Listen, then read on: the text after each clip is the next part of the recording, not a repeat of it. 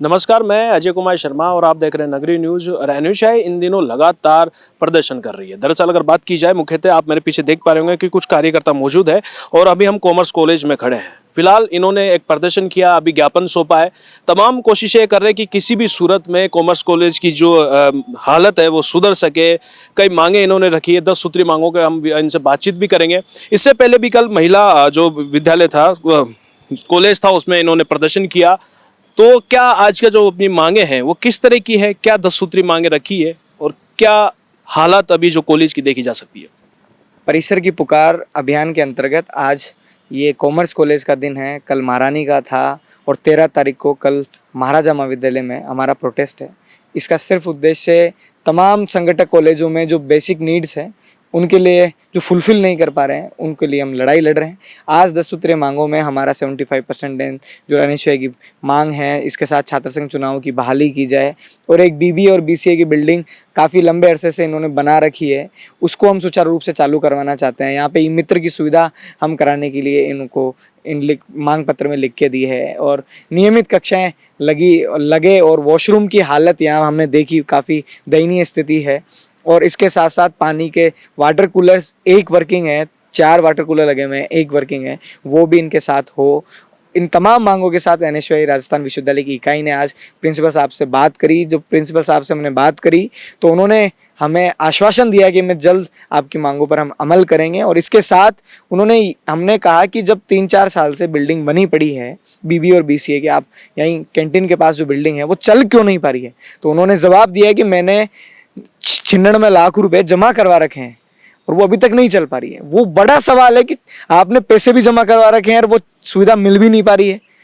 तो या तो ये झोलमोल कर रहे हैं या फिर इन्होंने आगे से कोई ये प्रशासन नहीं चाहता है कि बच्चे अपने हक अधिकार के लिए लड़े और यहाँ पढ़ पाए, क्योंकि शिक्षा वह शेरनी का दूध है, जो पिएगा वो दहाड़ेगा। ये नहीं चाहते कि हम एजुकेशन लें, इनसे सवाल करें, क्योंकि सवालों से सत्ता डरती है और ये ना सवाल करना चाहते हैं ना हमें पढ़ाना चाहते हैं। इस वजह से इंफ्रास्ट्रक्चर जो प्रदेश के सबसे बड़े बड़े संगठक कॉलेज हैं उनमें बेसिक नीड्स के लिए हमें लड़ना पड़ना है। ये बड़ा दुर्भाग्यपूर्ण है और मैं आपके चैनल के माध्यम से कहना चाहता हूं कि एनएसयूआई ना तो रुकेगी ना झुकेगी और आखिरी सांस तक हमारे हक अधिकार के लिए लड़ेगी। और जब तक हमारी मांगों पे अमल नहीं हो जाता, आज तो हम सांकेतिक रूप से यहाँ प्रदर्शन करने आए हैं, जब हमारी मांगे इनके आज समय होने के बाद, जब हमारी मांगे जो उन्होंने आश्वासन दिया है उस समय के उपरांत हम अगर हमारी मांगों पे कोई कार्रवाई नहीं की जाती है तो हम फिर आखिरी सांस तक हमारी हक अधिकार के लिए हमें कहीं तक भी जाना पड़े, हम जाने के लिए तैयार है और हमारे हक अधिकार लेके रहेंगे। मनीष मेघवंशी, एनएसयूआई इकाई अध्यक्ष, राजस्थान विश्वविद्यालय। अभी आपने परिसर की पुकार एक चला रखी है, क्या वास्तविकता में मांगे और प्रदर्शन करना और फिर जो आप अपनी मांगे है वो वास्तविकता में कहीं देखी जा सकती है? अगर तारीख दे रहे हैं तो कितनी तारीख और क्या उम्मीद आप जता रहे हैं कि वो कर पाएंगे पूरी?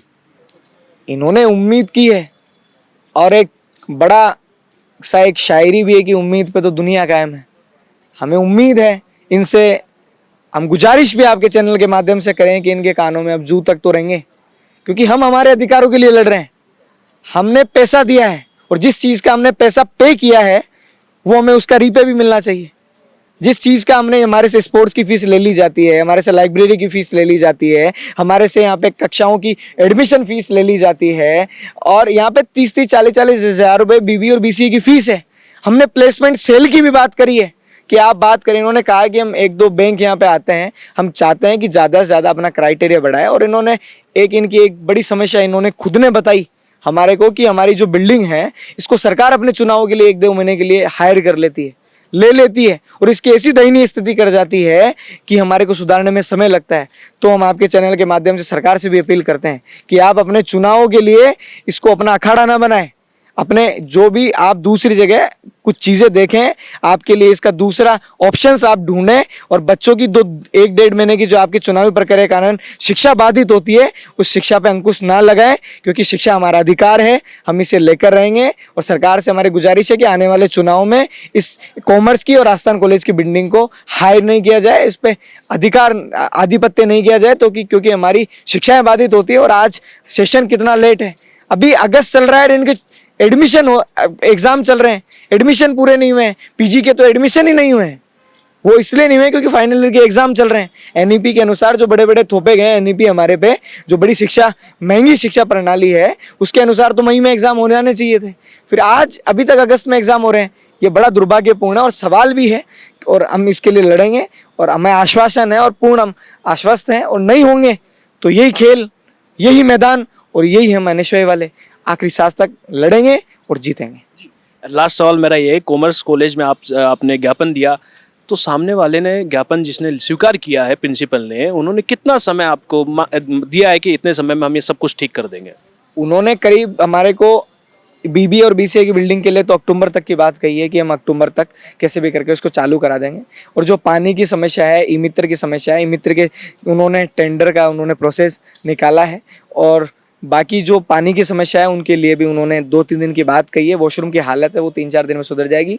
उन्होंने करीब 10-1 दिन का इन बेसिक नीड्स के लिए जो अर्जेंट हो सकती है उनकी मांग करी है। और जो मरम्मत होनी है, एक फिजिकल एजुकेशन का यहाँ डिपार्टमेंट है, उसकी छत गिर गई है, पिछली बार छत गिर गई है, वहाँ अनोनी हो जाती, वो इसलिए नहीं हुई क्योंकि यहाँ कोई आता ही नहीं है, नहीं तो अनोनी होना तो तय थी। तो ये मरम्मत की भी हमने मांग करी है। और इनके साथ उन्होंने एक मोटा फंड विश्वविद्यालय को जमा भी करवा रखा है। और हम विश्वविद्यालय से भी मांग करते हैं कि जल्द से जल्द जो इनके छिन्न में लाख रुपए लिए गए हैं उन पर जल्द से जल्द इनके टेंडर पास किए जाएं और इन पर जल्द से जल्द सुचारू रूप से कार्य किया जाए। और 10-1 दिन की उन्होंने बात कही है, उसके बाद हम वापस सर से वापस बच्चों से मिलने आएंगे और सर से रिव्यू लेने आएंगे कि आपने जो बात कही और आपने जो कहा कि आप आश्वस्त हैं नहीं है, वो तो सवाल 10 दिन के बाद में होगा कि सच में वो अपने वादा खिलाफी करते हैं या अपने वादे निभाते हैं। हाँ, आपसे मेरा सवाल है, आप कॉमर्स कॉलेज में पढ़ते हैं? हाँ, मैं कॉमर्स कॉलेज का स्टूडेंट हूँ और एनएसयूआई का इकाई अध्यक्ष भी हूँ कॉमर्स कॉलेज से। तो अगर हालतों की बात की जाए तो तमाम हालत, अगर जहाँ जहाँ पढ़ाई कर रहे हैं, किन किन कमियों को देखा जा सकता है? सर, पहली कमी तो ये है कि यहाँ पे एजुकेशन का स्तर जो है, राजस्थान यूनिवर्सिटी जो राजस्थान की सबसे बड़ी यूनिवर्सिटी है, उसका स्तर बिल्कुल गिर चुका है, बिल्कुल ख़त्म हो चुका है स्तर। और हम देखते हैं यहाँ ना तो छात्र पढ़ना चाहता है ना शिक्षक पढ़ाना चाहते हैं, क्योंकि छात्र ये है कि छात्रों को तो चाहिए कि कॉलेज ना जाना पड़े, छुट्टियां हो, घर पे बैठे हैं। या फिर कई छात्र ऐसे भी हैं जो प्रोफेशनल कोर्स करते हैं। लेकिन हम ये चाहते हैं कि यदि कॉलेज फ़ीस ले रहा है तो छात्रों को नियमित रूप से पढ़ाई कराए। और एनएसयूआई की मुख्य रूप से ये 2 मांगे हैं, एक तो छात्र संघ चुनाव बहाल किए जाएँ और दूसरा कि 75% अटेंडेंस का जो नियम है, जो केवल नोटिसों के द्वारा और खाना पूर्ति के द्वारा विश्वविद्यालय और कॉलेज प्रशासन द्वारा पूरा किया जाता है, उसे केवल एक खाना पूर्ति नहीं, एक कड़ाई से ये नियम लागू करे। और जो, मैं ऐसा नहीं कहता आम छात्र, यदि हम एनएसयूआई वाले या कोई भी छात्र संगठन या छात्र नेता हो, वो अगर 75% अटेंडेंस नियम की पालना नहीं करता है तो उसे भी एग्ज़ाम देने से डिबार किया जाए, उसे भी एग्ज़ाम देने से रोका जाए, उसका भी परमिशन लेटर जारी नहीं किया जाए। और दूसरी बात, जो हमारा फ़ीस स्ट्रक्चर है उसमें हमें स्पोर्ट्स के लिए और फ्रेशर पार्टी के लिए भी उसमें शामिल होता है वो। लेकिन ना तो, मुझे भी 2 साल हो गए कॉमर्स कॉलेज में पढ़ते पढ़ते, ना तो आज तक हमारी कोई फ्रेशर पार्टी हुई, ना हमारे जो जूनियर्स हैं उनकी कोई फ्रेशर पार्टी हुई। दूसरा, जो हमारी स्पोर्ट्स की बिल्डिंग है, डिपार्टमेंट ऑफ फिजिकल एजुकेशन, उसमें सारे इक्विपमेंट होते हुए भी वो इक्विपमेंट धूल खा रहे हैं क्योंकि बच्चे आ नहीं रहे हैं। कॉलेज प्रशासन ताला लगा के बैठा है, छतें गिर रही है, कोई रेनोवेशन के नाम पे कुछ नहीं है। अभी हमने देखा कि यूजी फर्स्ट सेमेस्टर के एडमिशन चले, यदि हम छात्र नेता मदद नहीं करते तो कोई आम छात्र तो इस कॉलेज की प्रक्रिया से रूबरू ही नहीं हो पाता, कोई आम छात्र तो एडमिशन ले ही नहीं पाता। कॉलेज में एक सबसे बड़ी समस्या ये है कि कॉलेज में बाहरी आगंतुकों का प्रवेश बहुत ज़्यादा है। जो ग्राउंड बने हुए हैं, जो छात्रों की फ़ीस से मेंटेन किए जाते हैं, उन पे छात्र तो कभी खेलते हुए देखे नहीं है हमने, बाहरी लोग ज़्यादा खेलते हैं। इसलिए मैं कॉलेज प्रशासन से आपके चैनल के माध्यम से गुजारिश करता हूँ कि एक गार्ड जो सुरक्षा की दृष्टि से अत्यंत महत्वपूर्ण है वो रखा जाए, क्योंकि हर जगह गार्ड है। राजस्थान कॉलेज हो, महाराजा कॉलेज हो, महारानी कॉलेज हो, हर जगह, यहाँ तक कि पुलिस के जवान भी बैठे रहते हैं। लेकिन कॉमर्स कॉलेज में ऐसा कोई पुख्ता इंतजाम प्रशासन द्वारा नहीं किया गया है। और तीसरी बात, यहाँ पे कॉलेज में ई मित्र की व्यवस्था नहीं है। यदि कोई नव प्रवेश अभी डॉक्यूमेंट वेरिफिकेशन कराने भी आता है तो उसे फ़ोटोकॉपी, यदि वो किसी डॉक्यूमेंट की कराना भूल जाता है तो उसे वापस या तो घर जाना पड़ता है या फिर कॉलेज के बाहर जाना पड़ता है। और कॉलेज के बाहर जो ई मित्र है, ई मित्र क्या कहें, वो डेयरी है जो मनमाने रूप से शुल्क वसूलता है, एक प्रिंट आउट के 20-20, 30-30 रुपये लेता है, जो गलत है। मैं यही कहना चाहूँगा। अगर हम पॉइंट टू पॉइंट बात करें, कौन से क्लास के आप छात्र हैं और असुविधाओं की बात की जाए तो क्या क्या असुविधाएं आपको यहाँ सामना करने को दिखती है? मैं भी फर्स्ट ईयर का स्टूडेंट हूँ। मैं फर्स्ट डे जब आया तो मैंने देखा कि एक भी ना क्लास चल रही है। क्लासेस में जाके देखा कोई टीचर नहीं है, तो मैं वाइस प्रिंसिपल साहब के पास गया, तो उनसे मैंने ये बात करी, तो उनका ये रिप्लाई आता है सामने से कि अभी आ 12 तारीख तक मजे मार मौज मार ग्राउंड में बैठ। उनका ये कहना था कि वाइस प्रिंसिपल सर, इतना मेरे को नहीं पता, मैं फर्स्ट ईयर का स्टूडेंट हूँ। नहीं, वो नहीं थे। और तो फिर मैंने उनसे ये बोला, तो सर फिर अब मैं आऊँ या नहीं आऊँ, मैंने डायरेक्टली ऐसे पूछा। तो वो बोलते हैं कि 12 तारीख तक आ, मजे कर, ग्राउंड में आके बैठ। कोई उनका रोल नहीं था। मैंने कहा सर फिर अटेंडेंस, वो बोलते हैं मैं बैठा हूँ। तो ऐसे बोला। फिर मैंने बहुत सारे सीनियर्स से भी बात करी, तो वो ये भी बोलते हैं कि यहाँ पे कोई अटेंडेंस का रोल नहीं है, थोड़ा सा इनको बोल, ये कर देते हैं। सेकेंडरी सर, मैंने उधर, मेरे को प्यास लगी, मैं फर्स्ट डे ही था, तो आया तो जो अपन के पानी के वो होते हैं उसके नीचे पूरी काई जमी हुई थी, मतलब देख के इंसान से पानी नहीं पिया गया।